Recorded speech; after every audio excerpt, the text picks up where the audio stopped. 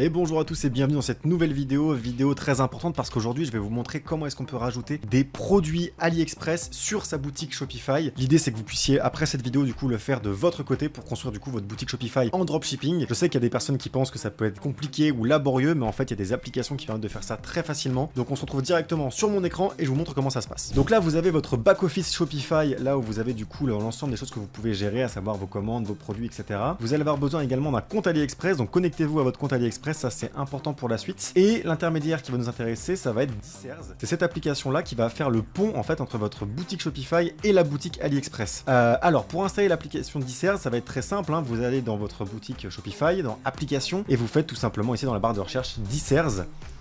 Hop.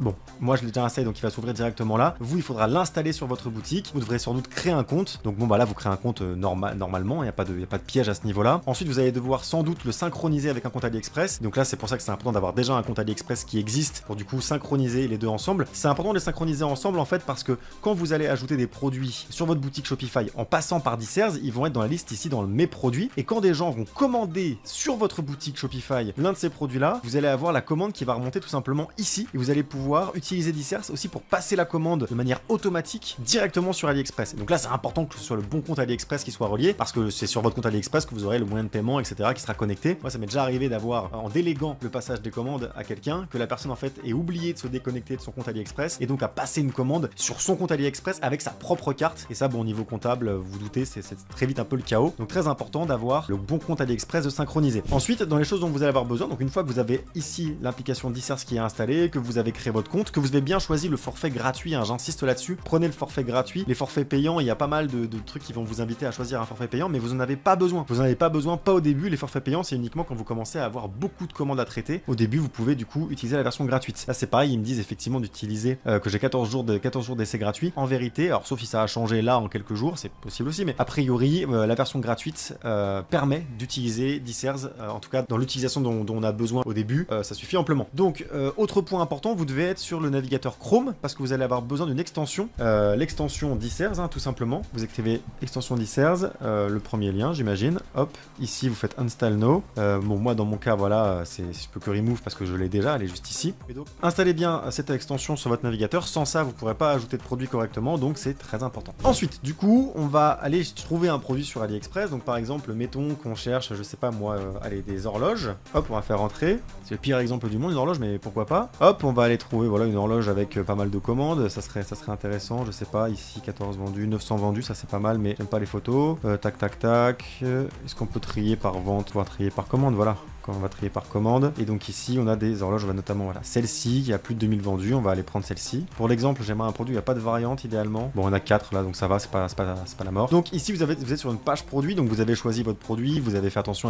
au fait qu'il y ait des bons avis, au fait qu'il y ait beaucoup de commandes. Mettons que vous voulez vendre du coup ce produit, vous allez pouvoir, grâce à l'extension, cliquer sur Add to Dicers, qui est là. Ce bouton là n'est pas là si vous n'avez pas l'extension. Donc vous faites Add to Dicers, hop, là il va mouliner un petit peu. One eternity later. Hop là, le produit a été importé avec succès, ça on peut fermer.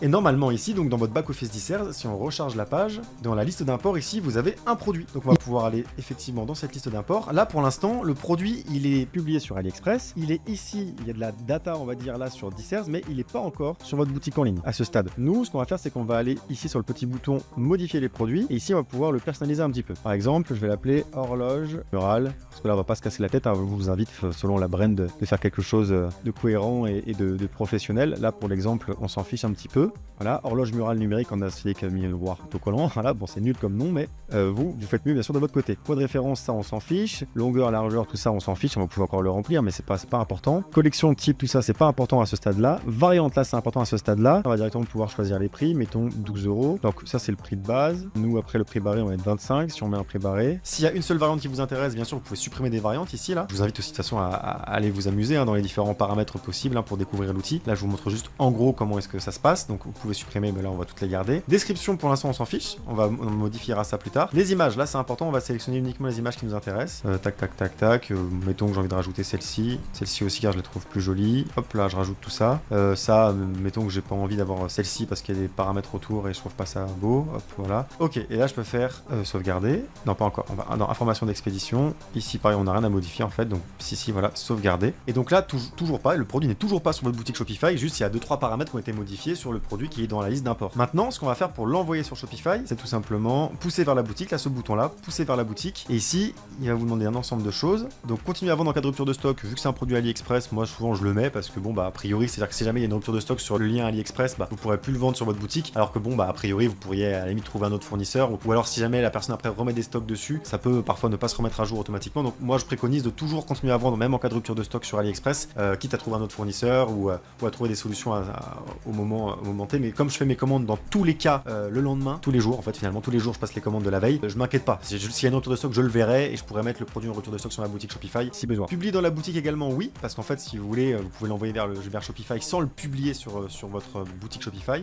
Donc nous on veut le publier directement sur la boutique. Vous voyez que le produit specification, ça, oui, ça on peut l'envoyer aussi. Et ici, votre système a détecté que vous avez édité manuellement le prix de ce produit, ainsi la tarification ne sera pas appliquée à ce produit. Là c'est parce que vous pouvez avoir des règles de tarification directement dans Dissers, par exemple, vous mettez la règle, dans tous les cas on fait x3 sur le prix initial. Donc si c'est 2 € sur AliExpress, dès que vous allez importer un produit, hop, dans tous les cas on fait un x3. Vous pourriez mettre cette règle dans le Dissers, moi je fais à chaque fois manuellement, donc ça je vais le cocher. Bah donc non, je le décoche au contraire. Ça ok, ça ok, ça ok. Et donc on fait pousser vers le magasin. Donc là hop, il charge. Et maintenant, dans votre boutique ici, si vous rechargez la page et que vous allez dans produit, vous avez le produit qui est là. Donc on peut aller dedans pour modifier des choses, parce que typiquement la description, bah là elle est pas bonne. Et donc là vous pouvez travailler directement sur votre produit, en sachant que là, vu que j'ai coché publier dans la boutique également, il est directement publié sur votre boutique, il est déjà en ligne. Donc il faut être assez efficace en fait dans les modifications, sauf bon bah en l'occurrence là vous voyez si je vais sur ma boutique, comme il est dans aucune collection le produit, bah en fait on peut pas le trouver vu que je l'ai pas racheté dans des collections, etc. Et donc on va faire ça très rapidement. Voilà une description,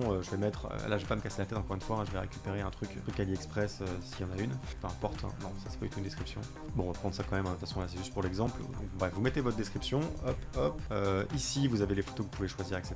Ici vous avez les variantes, donc vous pouvez aller modifier les variantes, par exemple dire couleur, là vous pouvez traduire parce que c'est en anglais, donc tac tac tac, rouge, noir, argent,